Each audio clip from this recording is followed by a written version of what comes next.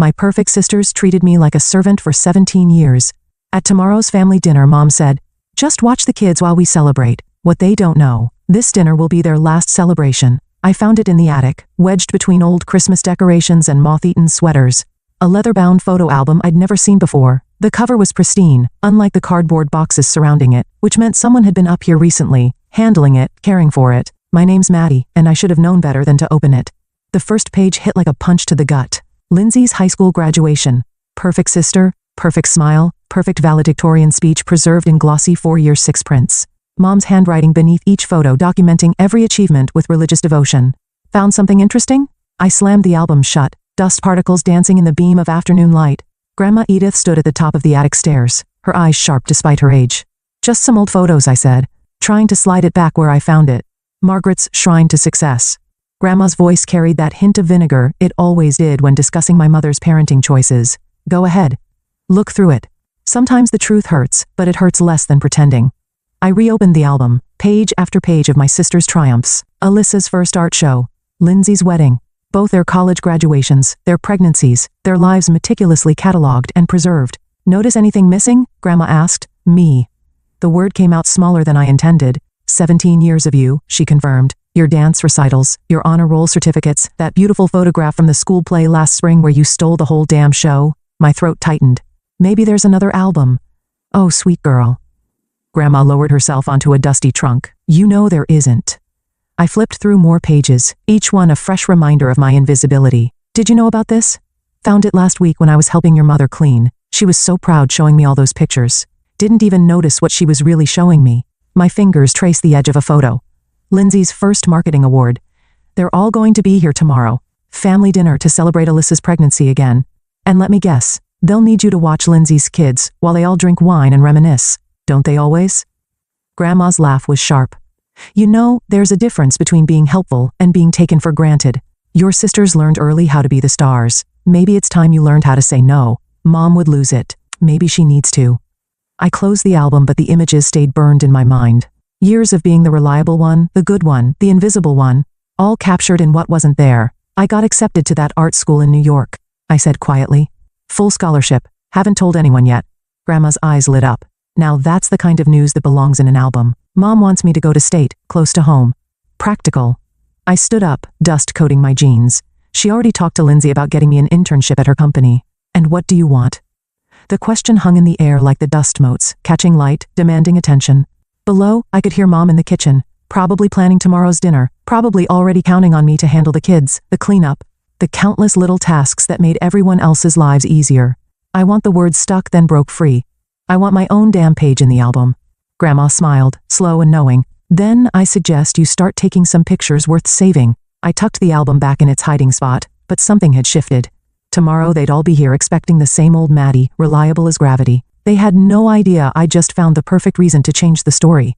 "Coming to dinner tomorrow?" I asked Grandma. "Wouldn't miss it." She winked. "Someone needs to be there to document the moment." I helped her up, both of us descending the attic stairs into the familiar house that suddenly felt different. Less like a home, more like a stage. And for the first time I was ready to rewrite my role. The family dinner started exactly as I predicted, with Lindsay dumping her kids in my lap before even saying hello. Her 4-year-old twins, Emma and Ethan, immediately began fighting over a stuffed dinosaur while she glided into the kitchen, designer purse swinging. "Just watch them for a minute, Mads. Mom needs help with the roast." I caught Grandma Edith's eye across the room. She raised an eyebrow, a silent reminder of our conversation in the attic. My stomach clenched as I stood up, displacing the twins. "Actually, I need to finish my art portfolio. College applications are due soon." Lindsay froze mid-stride. "What? Since when are you applying to art school?" "Since I decided I wanted to." The words came out steadier than I felt. "But Mom said you're coming to work with me after graduation. We already discussed." "You discussed. I wasn't there, remember?" The twins sensed the tension and went quiet. In the kitchen I could hear Mom and Alyssa chattering about baby names. Dad was probably in his workshop avoiding everything as usual. "Don't be difficult, Maddie." Lindsay's voice took on that patronizing tone she used with her kids. "This is a great opportunity. Do you know how many people would kill for an internship at my firm? Then give it to one of them." Her perfectly plucked eyebrows drew together. "What's gotten into you?" "Nothing." I headed for the stairs. "I just have work to do." "Mom," Lindsay called out, "Maddie's being impossible." And there it was. The default response when I didn't play my assigned role. "Call Mom." Let her handle the defective youngest child. Mom appeared in the doorway, wiping her hands on her apron. Madeline, your sister needs help with the twins. Your portfolio can wait. Can it? I turned to face them both. Like my dance recital waited while we attended Lindsay's business dinner? Or my art show waited while we celebrated Alyssa's gallery opening? That's not fair. Mom started, but I cut her off. Show me the pictures. What pictures? The ones you took at my events. The ones you saved in that fancy album upstairs. Mom's face flushed. Lindsay looked confused. In the sudden silence, I could hear Grandma Edith's slow footsteps approaching. I don't know what you're talking about, Mom said, but her voice wavered. The album in the attic, the one with all the family memories. I met her eyes. Except I'm not in it. Not once. Lindsay scoffed. Don't be dramatic. Of course, you're in. When was my last dance recital, Lindsay? What role did I play in the spring musical? Name one thing about my life that doesn't involve babysitting your kids. She opened her mouth, closed it. The twins had retreated to the corner, unusually quiet. I think, Grandma Edith said from the doorway, it's time we all sat down for a real conversation. There's nothing to discuss, Mom snapped. Maddie's just being sensitive and we have dinner to prepare. The roast can burn, Grandma said flatly.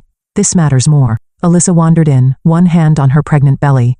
What's going on? Your sister's having a tantrum, Lindsay supplied. No, I said. I'm having a revelation. There's a difference. I pulled out my phone, opened my email, and pulled up the acceptance letter I'd received yesterday. The one I'd been both dreading and longing to share. Full scholarship to the New York Academy of Arts, I read aloud. Starting this fall, the silence that followed was deafening. New York? Mom whispered. But that's far away, independent. Not part of your plan. I pocketed my phone. Yeah, it is. You can't possibly be serious, Lindsay said. You're 17. You need what I need, I cut in, is to be seen, actually seen. Not just used as convenient childcare or background decoration in your perfect lives. Mom started to speak, but Grandma held up a hand. Let her finish. I'm finishing my portfolio tonight, I said, and tomorrow I'm taking pictures of my own achievements, starting my own album. You're all welcome to be in it, but only if you're actually there. I headed upstairs, leaving them in stunned silence. Behind me, I heard the twins ask Lindsay why Aunt Maddie was mad. And for once, my perfect sister had no answer.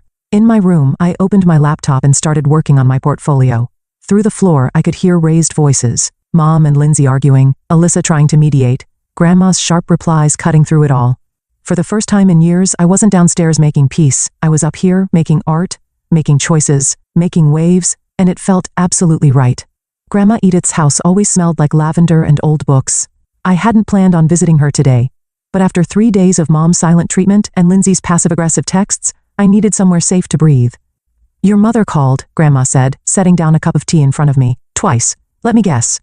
I'm being unreasonable? Actually, she wanted to know if I'd talk some sense into you about the money. I nearly dropped my cup. What money? Grandma settled into her armchair, a slight smile playing at her lips. The college fund I've been building since the day you were born. The one your mother just found out about. You've been saving for my college? Someone had to. She reached for an envelope on the side table. Your sisters had their college funds from your parents, but I saw how things were going. Started putting aside what I could. My hands shook as I opened the envelope. The bank statement inside showed a balance that made my eyes water. This is why Lindsay's been blowing up my phone, I said. She thinks she can pressure me into giving up New York because I'll need their money. And now she knows you don't. A knock at the door made us both jump. Through the window, I saw Lindsay's Mercedes in the driveway. Speak of the devil, Grandma muttered. Want me to send her away? No. I straightened my spine. I need to handle this. Lindsay burst in before Grandma could reach the door. Her perfect makeup couldn't hide the dark circles under her eyes. This is completely inappropriate, she announced. Using Grandma like this. Using me? Grandma's voice could have frozen hell. Child, sit down before you embarrass yourself further. Lindsay sat, but her legs bounced with nervous energy. Mom's devastated. Dad hasn't come out of his workshop in days, and Alyssa's doctor says her blood pressure is too high, which you'd know if you answered her calls. Don't you dare guilt-trip me about Alyssa's pregnancy, I said. Not when you're the one who told her I'd be available to help after the baby comes. Because that's what family does. No, that's what I do. You and Alyssa get to have lives, careers, families. I get to be the support system. We supported you plenty, name one time. The silence stretched. Grandma quietly sipped her tea. This isn't about support, Lindsay finally said. This is about you being selfish, running off to New York, abandoning your family. Like you abandoned your dreams? The words shot out before I could stop them. Lindsay went pale. What? You wanted to be a writer, remember? You used to tell me stories when I was little, but Mom and Dad thought marketing was more practical, so you gave up. Now you're successful and miserable, and you can't stand that I'm choosing differently. You don't know anything about my life. I know you cry in your car sometimes after family dinners. I know you hate your job but keep pushing for promotions. I know you want me to follow your path because it would validate your choices. Tears spilled down Lindsay's cheeks, ruining her mascara. That's not, I'm trying to protect you. From what? Being happy? Being myself? From failing. She stood up, hands clenched. Do you know how hard it is out there? How many people never make it in art? At least with me, you'd have security, a future. Like yours. I met her gaze. Living someone else's version of success? The fight seemed to drain out of her. She sank back down looking smaller somehow, more like the sister who used to read me bedtime stories. I just wanted, she whispered, then stopped. To help? Grandma supplied. Or to control. Lindsay wiped her eyes, leaving black smudges on her fingers. Mom's going to cut you off. She told me to tell you. No car, no phone, no support if you go to New York. I looked at Grandma, who nodded slightly. I don't need it, but I got a full scholarship.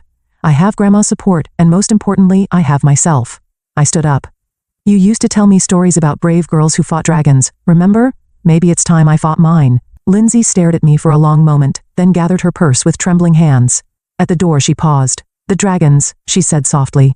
They always won in my stories. No, I corrected her. You just stopped writing before the ending. After she left, Grandma and I sat in silence watching steam rise from our cups.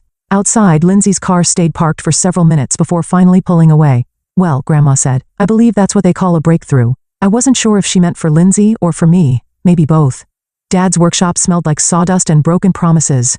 I found him there, sanding the same spot on a cabinet he'd been working on for months, his shoulders hunched against the world. Your mother's crying again, he said without looking up. I know. Alyssa called, said she might lose the baby from stress. The guilt hit like a physical blow, but I forced myself to stand straighter. That's not fair, Dad. He finally turned, his eyes tired behind his safety glasses. None of this is fair, Maddie, but it's family. Is it? I picked up a wood shaving, let it fall.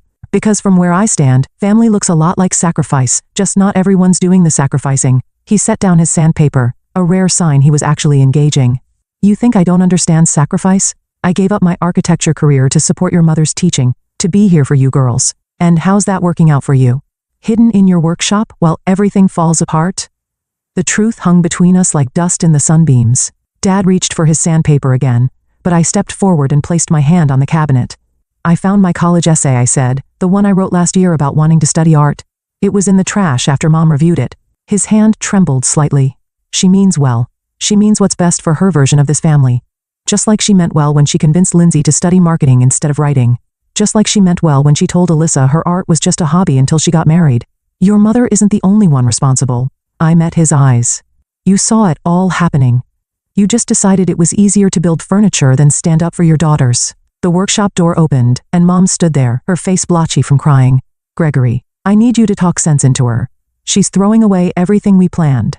Like you threw away my essay? The words shot out before I could stop them. Mom froze. Dad suddenly became very interested in his sandpaper again. I was protecting you, she whispered. No. You were protecting yourself, your perfect family narrative, your controlled little world where everyone plays their assigned role. That's enough. Dad's voice cracked through the air like a whip, surprising us all. Margaret, sit down. Maddie, you too. We sat on his work stools, the three of us forming a triangle of tension. I got another letter today, I said, into the silence. From the New York Academy, they want to feature my portfolio in their incoming student showcase. Mom started to speak, but Dad held up his hand. Let her finish. They said my work shows remarkable emotional depth and technical promise, that I could have a real future in fine arts. I pulled out my phone, showed them the email. The first person I wanted to tell was you, Mom, both of you, but I knew you'd find a way to turn it into something wrong. Mom's lips trembled. We only want what's best. For who? Dad's question cut through her practiced response. We both stared at him. For Maddie or for your idea of who she should be? Gregory? No, Margaret.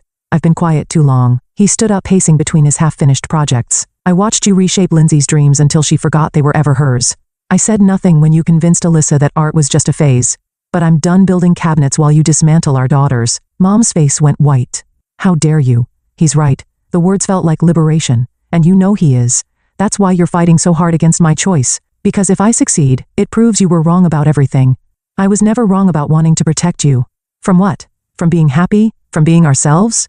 Dad picked up a small wooden box from his workbench. One I'd never seen before. Inside were newspaper clippings, old sketches, report cards. My report cards, my sketches.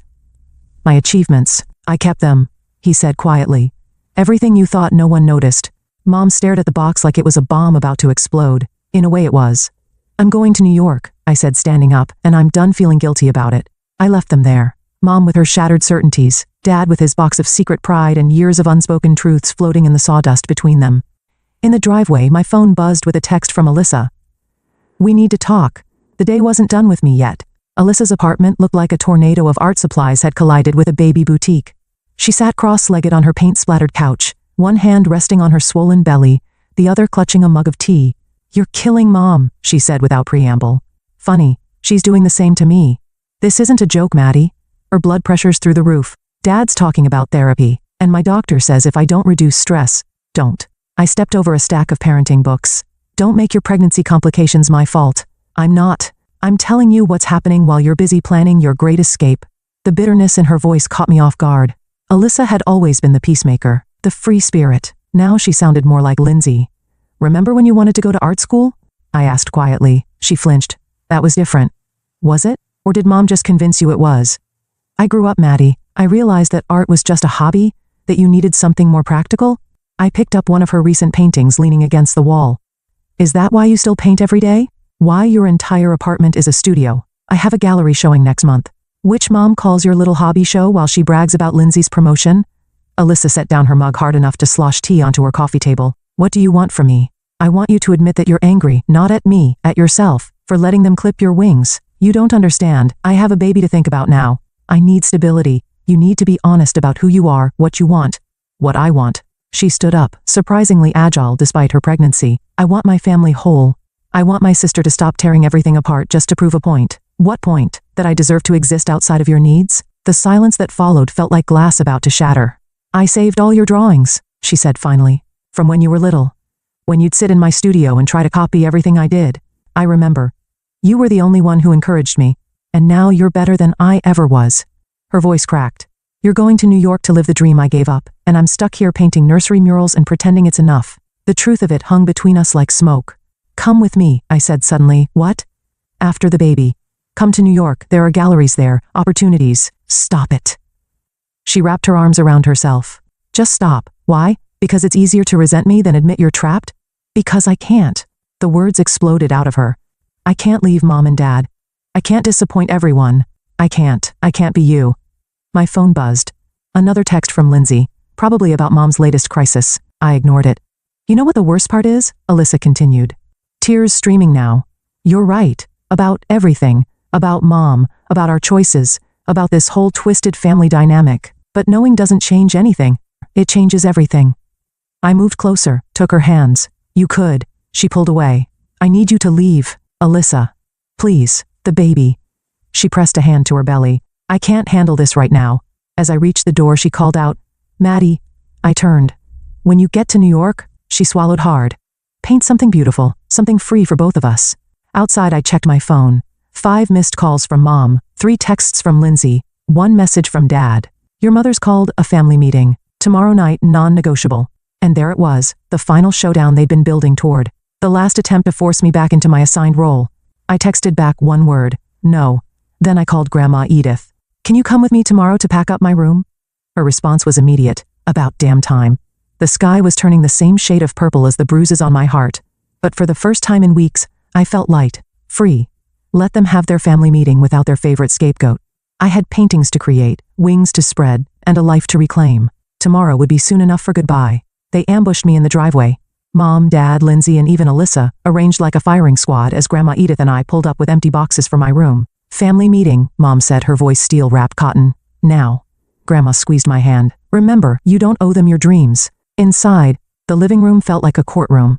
My sisters flanked our parents on the couch, leaving me the lone chair across from them. Classic Parker family dynamics. Everyone against one. This ends now, Mom began. This rebellion, this nonsense about New York, Madeline. Lindsay cut in using her executive voice. We've found a solution that works for everyone. She pulled out a folder. Always prepared, always in control, a compromise. You can take art classes at the community college while interning at my firm, live at home, save money, keep babysitting your kids. I finished. Don't be difficult, Alyssa said, but her eyes wouldn't meet mine. We're trying to help. No. You're trying to keep me trapped, like you. Mom surged forward. That's enough. Your sister is offering you an opportunity to follow her path like you made her follow yours. I made my own choices, Lindsay snapped. Did you? Then why did I find your old notebooks, the stories you used to write, hidden in Dad's workshop like some shameful secret? The color drained from her face. Dad shifted uncomfortably. This isn't about me, Lindsay said, but her voice wavered. It's about all of us. I stood up, my legs shaking but my voice steady. About how Mom orchestrates everyone's lives like we're her personal puppet show. About how Dad builds furniture instead of building courage. About how you and Alyssa gave up your dreams and now can't stand that I'm fighting for mine. You ungrateful, Mom started, but Dad touched her arm. Margaret, he said quietly. Let her speak, no. Mom shot to her feet. I won't let her destroy this family with her selfishness. You already destroyed it, I said. Every time you ignored my achievements. Every time you made Lindsay choose security over passion. Every time you called Alyssa's art a hobby. I gave you everything. Mom's voice cracked. Everything I never had. Opportunities, stability, you gave us cages. The truth hurt coming out but I couldn't stop. Beautiful, comfortable cages with all the right labels. Perfect daughter, responsible daughter, and me. The spare, just in case the others needed something. Silence fell like shattered glass. Then Lindsay stood, her corporate mask cracking. If you leave, you're cut off completely. No support, no backup plan. I don't need your money. I pulled out my phone, showed them the email. Full scholarship, plus grandma's savings. I'm not asking permission anymore. I'm telling you I'm going, Madeline Parker. Mom's voice went deadly quiet. If you walk out that door, you are no longer part of this family. The words hit like physical blows but I stayed standing. Funny. I never really was. Mom, Alyssa gasped, one hand on her belly. Margaret, think about what you're saying. Dad pleaded, but Mom stood firm, tears streaming down her face. Choose Madeline, your family, or your selfishness. I looked at each of them. Mom's rigid anger, Dad's helpless concern, Lindsay's cracking facade, Alyssa's pregnant fear, my family, my cage. I choose me. I turned toward the stairs but Lindsay grabbed my arm. Maddie, please, we need you. No. I gently removed her hand. You need someone to blame for your own choices. Find someone else. You'll fail. Mom called after me. You'll come crawling back when New York chews you up and spits you out. I stopped at the stairs. Maybe. But I'd rather fail at being me than succeed at being your puppet. Upstairs, my room waited with its empty boxes, ready to be packed, ready for escape. But as I reached for the first box, my hands started shaking. They were right about one thing. I was terrified of failing, of succeeding, of being truly alone for the first time. But more terrifying was the thought of staying, of becoming another Parker family casualty, building my own comfortable cage beside theirs. Through my window, I could see Grandma Edith in the driveway, standing guard like a sentinel. Below, voices rose and fell like waves of recrimination. I picked up the first box. Sometimes burning bridges lights the way forward. Time to start packing. The last box was in Grandma's car when Lindsay's Mercedes screeched into the driveway blocking our exit. She emerged like a corporate warrior, clutching a manila envelope. One last chance, she announced, striding toward me. Before you throw everything away, move your car, not until you see this. She thrust the envelope at me. Your college fund, the one Mom and Dad started when you were born, nearly enough for 4 years at State. I didn't take it. You mean your leverage? I mean your future. Her perfect makeup couldn't hide the desperation in her eyes. A practical future with family support and strings. Always strings. That's what family is, Maddie. We support each other, we compromise. No, the word cut through her speech. Family isn't compromise, it's sacrifice. And it only ever goes one way. She flinched but rallied. You want to talk about sacrifice? Fine. Let's talk about who paid for your art supplies all these years. Your dance classes, my babysitting services, my constant availability, my dreams that got pushed aside for everyone else's convenience? That's not. Did you know Dad kept my drawings? The question caught her off guard. Every single one, hidden in his workshop like evidence of a crime. Her corporate mask slipped. What are you talking about? The same place he kept your stories, Lindsay. The ones Mom said weren't practical enough. The envelope trembled in her hand. Stop it. Why? Because it's easier to bribe me than face your own buried dreams? I made my choices. No. The shout surprised us both. Mom made them. You just surrendered and now you can't stand that I won't do the same. She threw the envelope at my feet, papers spilling across the driveway. You ungrateful little enough. Grandma Edith's voice cracked like a whip. She emerged from her car, something clutched in her hands. Show her Madeline. I pulled out my phone, opened the email I'd been saving. Full scholarship, plus a stipend for supplies, and this I nodded at Grandma who held up a bank book. Grandma's been saving for me since I was born. A separate account Mom never knew about. Lindsay staggered like I'd struck her. You planned this, all of it? No. I just refused to let my dreams become another Parker family casualty. You'll fail, she whispered. but the words lacked conviction. You'll end up alone. I already am alone. The difference is now I'll be alone on my terms. Movement caught my eye. Dad standing in the doorway watching. Behind him, Mom sat on the stairs, head in her hands. Alyssa nowhere to be seen. Move your car, I said again. Or what? Or watch me leave anyway. Without the perfect goodbye you're trying to script. Something broke in her expression. The corporate mask, the perfect sister facade, the weight of decades of compliance. I used to write about girls like you, she said softly. Brave ones, free ones. Before Mom convinced you it was childish? She nodded, tears tracking through her makeup. It's not too late, I offered, to start writing again. It is. She dug for her keys, some cages you build yourself. As she moved her car, Dad finally stepped forward. Maddie, I know Dad, the workshop, the drawings. I should have. Yes, you should have. He handed me something, a small wooden box, beautifully crafted. Inside I found my first crayon drawing carefully preserved for your new studio, he said quietly. Behind us, Mom's sob echoed from the house, but she didn't come out. I hugged Dad briefly, nodded to Lindsay, and got into Grandma's car. As we backed out, I caught a final glimpse of my family. Dad standing alone in the driveway, Lindsay frozen by her Mercedes, Mom's shadow in the doorway. Ready? Grandma asked. I looked down at the wooden box in my lap, then at the scattered college fund papers on the driveway. Lindsay's last attempt at control blowing away in the wind. Yes. Sometimes revenge isn't about hurting others. Sometimes it's about saving yourself. We turned onto the main road, leaving behind the house, the expectations, the carefully constructed cage of family obligation. Ahead lay New York, freedom. A blank canvas waiting for the first bold stroke. I didn't look back. My first gallery showing at the Academy brought an unexpected crowd. Among the viewers studying my work, I spotted a familiar silhouette, Dad, standing before my centerpiece painting. The canvas showed 3 birds in a gilded cage, the door open, one flying free while the others remained perched inside. I titled it Family Portrait. You captured your mother's eyes, he said as I approached. In the bird that's staying behind. I didn't think you'd come. Wouldn't miss it. He gestured to the painting, though I suspect I'm the perch they're sitting on. The truth of it made us both wince. How is everyone? I asked. More out of courtesy than desire to know. Your mother's in therapy, finally. He ran a hand through his graying hair. Lindsay's writing again, short stories after the kids are asleep, and Alyssa. He smiled slightly. She turned her nursery mural into a full exhibition. Small gallery, but it's a start. Something tight in my chest loosened just a fraction. And you? Sold the cabinet business. His eyes remained on the painting. Started teaching woodworking at the community center instead. Turns out I like helping others build things more than hiding behind them. A commotion near the entrance drew our attention. Grandma Edith had arrived, commanding the room like she owned it. Several of my classmates immediately gravitated toward her, drawn by her sharp wit and sharper insights. She's proud of you, Dad said. We all are, even if some of us are still learning how to show it. Dad, no, let me finish. He turned to face me fully. You were right about everything. The cage, the compliance, the cowardice. But you were wrong about one thing. What's that? He pointed to the flying bird in my painting. Freedom isn't just about escape. Sometimes it's about showing others the door is open.